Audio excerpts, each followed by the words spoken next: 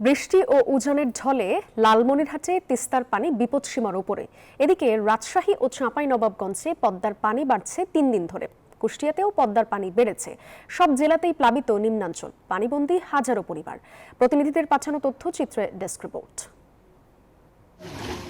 লালমনিরহাটে বৃহস্পতিবার সকাল 9টায় তিস্তার পানি ছিল বিপদসীমার 15 সেন্টিমিটার উপরে। নদী তীরবর্তী নিম্নাঞ্চল হাতিবান্ধা, কালীগঞ্জ, আদিতমারি ও সদরে পানিবন্দী 10,000 পরিবার। তলিয়ে গেছে ঘরবাড়ি, রাস্তাঘাট।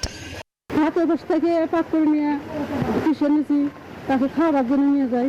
এই পানির জন্য রান্না করা যায় না, ওই যে শুকনো থেকে রান্না করে নিয়ে আসি খাওয়া লাগে।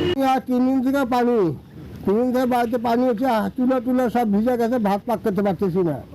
কুড়িগ্রামে তিস্তা, দুধকুমার, ধরলা ও ব্রহ্মপুত্রের পানি বাড়ছেই। বৃহস্পতিবার সকালে দুধকুমার নদীর পানি ছিল বিপদসীমার 6 সেন্টিমিটার উপরে।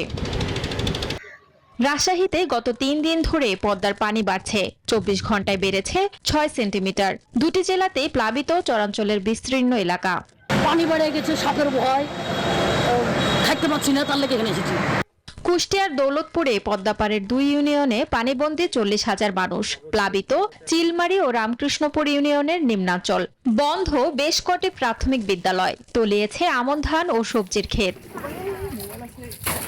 চাঁপাইনবাবগঞ্জ সদর ও শিবগঞ্জের 5 ইউনিয়নে বন্যা দেখা দিয়েছে। ডুবেছে সদর উপজেলার নারায়ণপুর ও আলাতুলি এবং শিবগঞ্জ উপজেলার পাকা, উজিরপুর ও দুর্লভপুর ইউনিয়নের কয়েক হাজার ঘরবাড়ি। কোনো কিছু আমরাকে দেয় না।